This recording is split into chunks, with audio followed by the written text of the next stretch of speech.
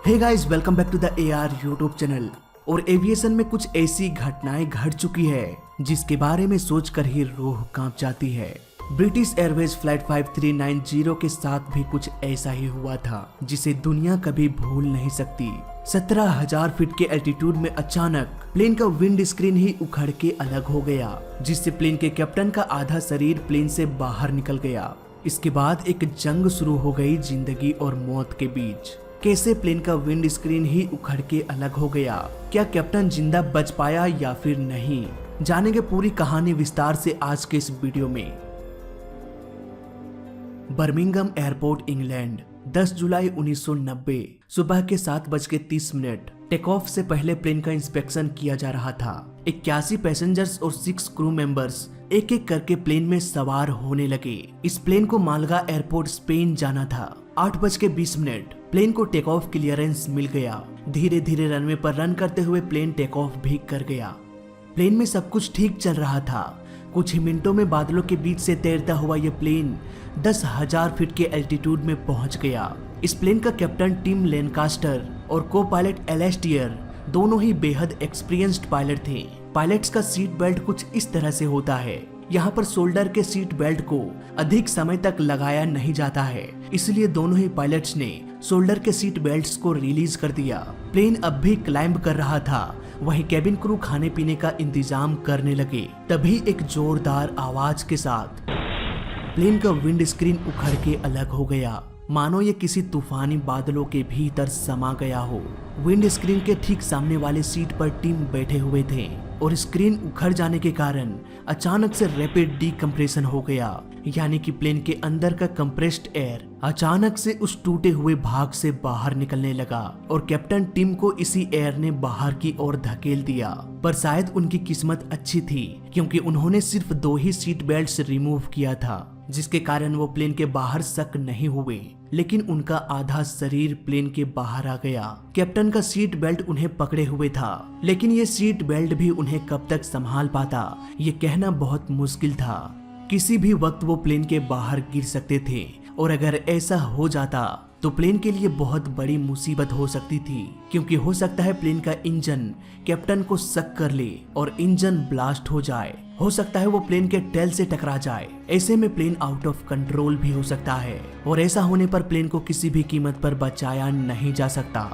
उधर rapid decompression के कारण कॉकपिट का डोर भी टूट चुका था। कैबिन में बैठे पैसेंजर्स डीकम्प्रेशन के कारण ठीक से सांस भी नहीं ले पा रहे थे।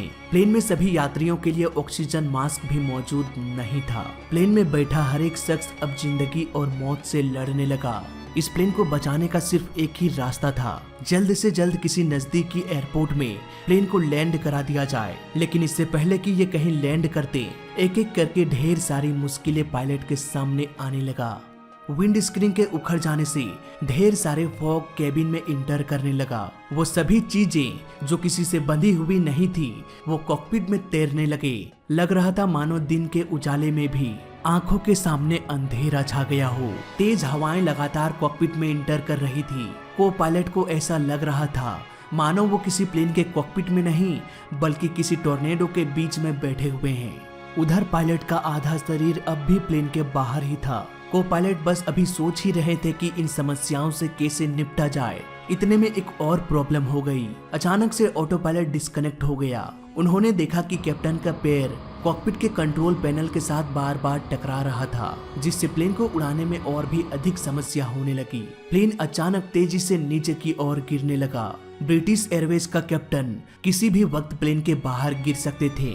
तभी एक फ्लाइट क्रू किसी तरह से कॉकपिट में दाखिल हुआ और तुरंत ही कैप्टन का पैर पकड़ लिया। तेज हवाओं के कारण पायलट का सिर बार बार प्लेन के बॉडी से टकराने लगा।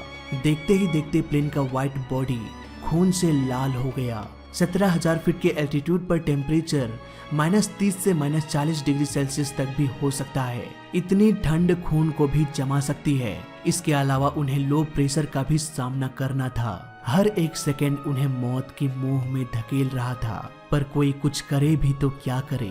प्लेन की गिरने की रफ्तार लगातार बढ़ती जा रही थी, क्योंकि कॉकपिट का डोर टूट के प्लेन के थ्रोटल में जाके अटक गया। दोस्तों प्लेन के थ्रोटल को डाउन करने से इंजन का पावर मिनिमम हो जाता है, वहीं इसे पूरा ऊपर कर देने से इंजन का पावर मैक्सिमम हो जाता है और फुल स्पीड में प्लेन फ्लाई करने लगता है। जरा सोचिए, एक प्लेन तेजी से नीचे गिर रहा है, ऊपर से इसके इंजन के पावर को भी मैक्सिमम कर दिया जाए, आप सोच भी नहीं सकते प्लेन का स्पीड कितना अधिक हो जाएगा। ऐसे में प्लेन साउंड की स्पीड तक भी पहुंच सकता है, पर ऐसा कुछ हो पाता इससे पहले दो फ्लाइट क्रू कॉकपिट के डोर को किसी तरह से वहां से हटा देते हैं और कॉकपिट में उड़ रहे ढेर सारे पेपर्स को भी कलेक्ट कर लेते हैं ताकि को पायलट को वो डिस्टर्ब ना करे। धीरे धीरे प्लेन कंट्रोल में आने लगा। को पायलट ने एटीसी को मेडे कॉल किया, लेकिन तेज हवाओं के कारण नॉइस इतना अधिक था कि एटीसी को कुछ भी सुनाई नहीं देने लगा। एटीसी बस इतना ही समझ पाया कि ये एक मेडे कॉल है। ब्रिटिश एयरवेज के साथ कोई बहुत बड़ी समस्या हो चुकी है। 14 अगस्त 2005 में हेलियोस एयरवेज फ्लाइट 522 के केबिन में डीकम्प्रेशन हो गया। कम एयर प्रेशर के कारण सभी पैसेंजर्स को सांस लेने में प्रॉब्लम होने लगी, इवन पायलट्स को भी। दिमाग में ऑक्सीजन कम पहुंचने लगा और धीरे धीरे सभी लोगों में बेहोशी छाने लगी। कुछ देर बाद प्लेन के अंदर सभी लोग बेहोश हो चुके थे। अब ये प्लेन खुद ब खुद उड़ता जा रहा था, लेकिन कब तक? धीरे धीरे प्लेन का फ्यूल खत्म होने लगा और फाइनली ये प्लेन क्रैश हो गया। प्लेन में सवार सभी 121 लोगों की जान चली गई। ना कोई दर्द, ना चिल्लाने की आवाजें, चुपचाप सभी ने मौत को गले लगा लिया। ये घटनाएं हमें बताती है कि प्लेन में अगर डीकम्प्रेशन हो जाए तो अंजाम कितना घातक हो सकता है। ब्रिटिश एयरवेज का को पायलट इस बात को अच्छी तरह से समझता था, इसलिए उन्होंने जल्द से जल्द प्लेन को 10,000 फीट के एल्टीट्यूड में ले आया ताकि सभी को सांस लेने लायक ऑक्सीजन मिल सके। उधर फ्लाइट क्रू अब भी टिम के पैरों को होल्ड करके रखे हुए थे। उनका हाथ भी अब जवाब देने लगा। कैप्टन का आधा शरीर कड़ाके की ठंड और कम एयर प्रेशर में एक्सपोज होने के कारण वो अपना कॉन्शियसनेस खो चुके थे। प्लेन का एल्टीट्यूड कम हो जाने के बावजूद भी ऐसा लग रहा था जैसे उनकी सांसें थम गई हो। क्रू मेंबर्स को लगने लगा कि अब कैप्टन की मौत हो चुकी है, लेकिन फिर भी वो उनके शरीर को छोड़ नहीं सकते थे। प्लेन अब धीरे धीरे नीचे आने लगा। अब तक प्लेन में नॉइज भी कम हो चुका था। एटीसी ने साउथहैम्पटन एयरपोर्ट में लैंड करने की इजाजत दे दिया। प्लेन अभी कुछ ही देर पहले उड़ान भरा था। प्लेन में भरा सारा फ्यूल अब भी टैंक में मौजूद था और यही फ्यूल ब्रिटिश एयरवेज के लिए एक मुसीबत बन गई। इसे एक आसान एग्जाम्पल से समझते हैं।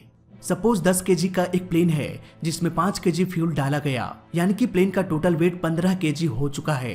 ये प्लेन 15 केजी के साथ उड़ान भर सकता है, लेकिन लैंडिंग करते वक्त इसका वजन 13 केजी होना चाहिए। अगर ये वेट अधिक हो जाए तो हो सकता है प्लेन का लैंडिंग गियर जवाब दे दे, प्लेन का विंग्स उतने वेट को झेल ना पाए। ऐसे में ये प्लेन क्रैश हो सकता है और इस दौरान अगर फ्यूल में आग लग जाए तो तबाही मच सकती है। इसलिए अगर प्लेन को इमरजेंसी में लैंड कराना हो तो कम से कम 2 केजी का फ्यूल डंप करना पड़ेगा, हवा में ही गिरा देना पड़ेगा ताकि प्लेन हल्का होकर 13 केजी के आसपास हो जाए। लेकिन प्लेन के टैंक से फ्यूल को डंप करने का जो सिस्टम होता है वो हर प्लेन में नहीं होता।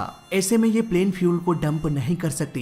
यहाँ पर उन्हें सीटी का चक्कर लगा लगा कर फ्यूल खत्म करना पड़ता है। इसके बाद जब फ्यूल खत्म होके प्लेन का वजन थोड़ा हल्का हो जाए तब इसे नजदीकी एयरपोर्ट में लैंड करा दिया जाता है। लेकिन ब्रिटिश एयरवेज के साथ समस्या ये थी कि उनके पास फ्यूल को डंप करने का सिस्टम ही नहीं था और विंड स्क्रीन के टूट जाने के कारण वो सीटी का चक्कर लगा लगा कर फ्यूल को बर्न भी नहीं कर सकते थे।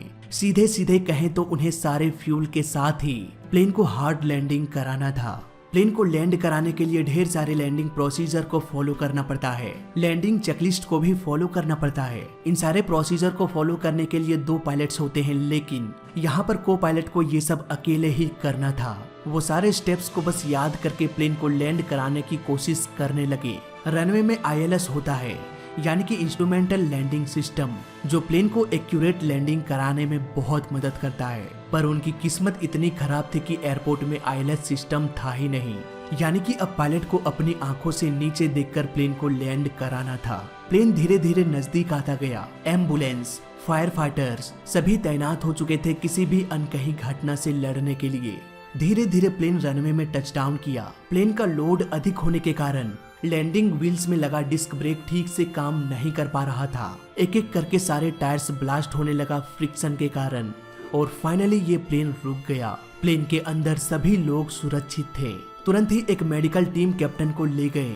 खुशी की खबर ये थी कि अब तक भी उनकी सांसें चल रही थी।